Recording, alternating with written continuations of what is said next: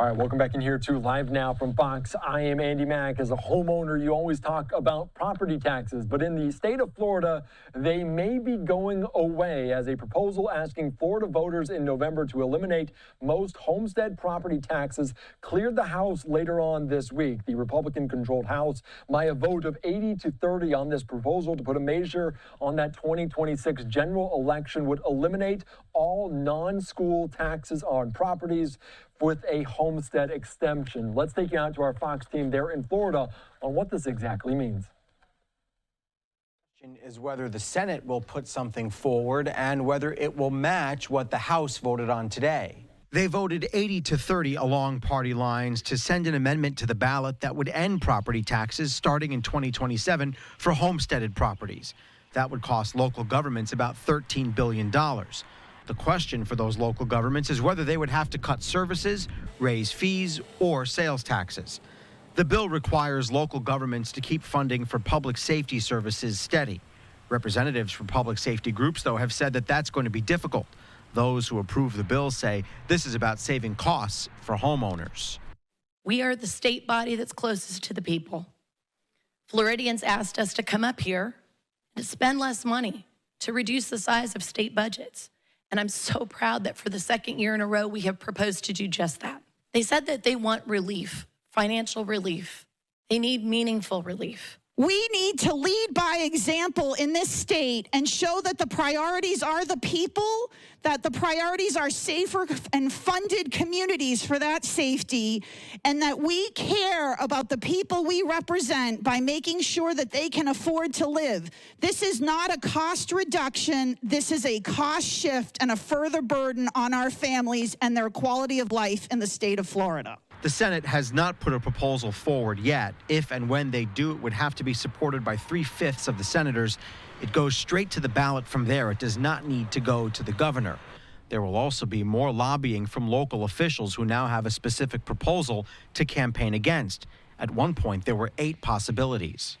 The governor has not yet made his own proposal, but he has pushed for property tax reform over the last year during press conferences. He says that he is talking with Senate leadership about their possible proposals. Evan Axelbank, Fox 35 News. All right, thank you so much for that, Evan, and we'll see what comes of it. But momentum toward removing property taxes there in the state of Florida, the House passing that, Republicans on board with it. We'll see if the senators are as well. Let's be joined right now by Florida State Representative Republican Fiona McFarland. Thank you so much for joining us here on Live Now from Fox. And we talk a lot about the benefits potentially for homeowners eliminating this homestead property tax. Why is it so beneficial, and potentially why did you move forward with this? Thanks so much, Andy, for having me on. It was an exciting day on Thursday when we got to vote on this groundbreaking legislation. You know, as I looked to my colleagues up in the federal government, we are so lucky to be in the state of Florida. We have a supermajority Republican House, supermajority Senate, and Ron DeSantis in the governor's mansion. We're able to get a lot of really good conservative policy done with this united front, and we did that. We voted for the first time to eliminate homestead property. Now, you had a great segment that walked through the details of it, but we have voted to get rid of homestead property tax in the state of Florida. Homestead means it's your primary residence. You make a good faith effort that this is your home. You don't have a second home in another state or somewhere else in Florida. It is where you live. And we have voted, as long as the Senate will be our partners, and then we'll put it to the whole state to vote on in 2026, we're going to get rid of property tax. And Florida Governor Ron DeSantis says we're not going to rush this through potentially the Senate as the session's still in order. When the Senate takes it up, what type of conversations do you expect to be had? Do you expect it to move through the Senate easily? So also in that segment at the front, you know, you guys mentioned that we initially put 8 ideas forward. We in the House have been spending the last several months testing different ideas, right? Whether it was a phase out or certain populations could have the property tax forgiveness. This is the policy that we've landed on. The Governor Ron DeSantis has been talking about this for many, many months now. We've done some of this studying, and we hope our Senate counterparts will meet us on this. If you own your property outright, it does not sit right with me that you still have to pay rent to the government for the rest of your life on that property. Here in Florida, we have multi-generation Floridians who have inherited a home from previous generations. They own it, their ancestors have owned it, but they're still paying rent to the government. That doesn't sit right with me, and it shouldn't sit right with the Florida voters. That's the conversation that we're having. Now, our schools are very important, and that's why, as we've proposed this, we're going to do a carve out for any property tax on that homestead home that goes towards schools. We're also going to carve out public safety to make sure that public safety and law enforcement retain their current level of funding. That was one of the biggest criticisms, as we heard, as these bills moved through the process, was we can't defund our schools, we can't defund police. So that's something that was very, very important to all of us lawmakers in the House, both Republican and Democrat alike, as this idea moved forward.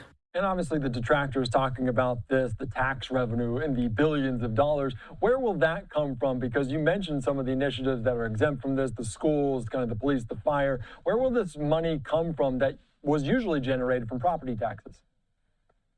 I love that you bring that up. That is the most important thing. It's going to come from cutting the cost of government. Our property tax value in the state of Florida has skyrocketed. The revenue from property tax over the last 10 years has doubled. The growth of government has far outpaced the growth of inflation. It's time for local governments to start tightening the belt. Yeah, and you heard some conversations there on the floor of the House talking about this, a cost shift. Is that a concern to you at all, that property taxes may go down, but to make up for it, other taxes may arise? Look, I invite any local elected official to look their neighbors in the eye and say, we're going to increase your some other tax, some other fee here at home, because we need to continue to have a blue ribbon business seal of approval or something that really I don't feel is the role of government. If governments need to spend money to do roads, to do schools, to public infrastructure, public safety, totally. We've done the math. We believe that the taxes that remain, the tax revenue that remains on non-homestead properties or the local sales tax or other local revenue streams is sufficient enough to provide the base level of government service to our residents. And we talk a lot about the influx of residents to Florida. Do you think this move, potentially putting it on the ballot, then if it passes, do you think we'll see an influx of more people coming to Florida? Have you heard that from people? Sure, come on to Florida. I love it here. You should too. Come on down. We'd love to have you.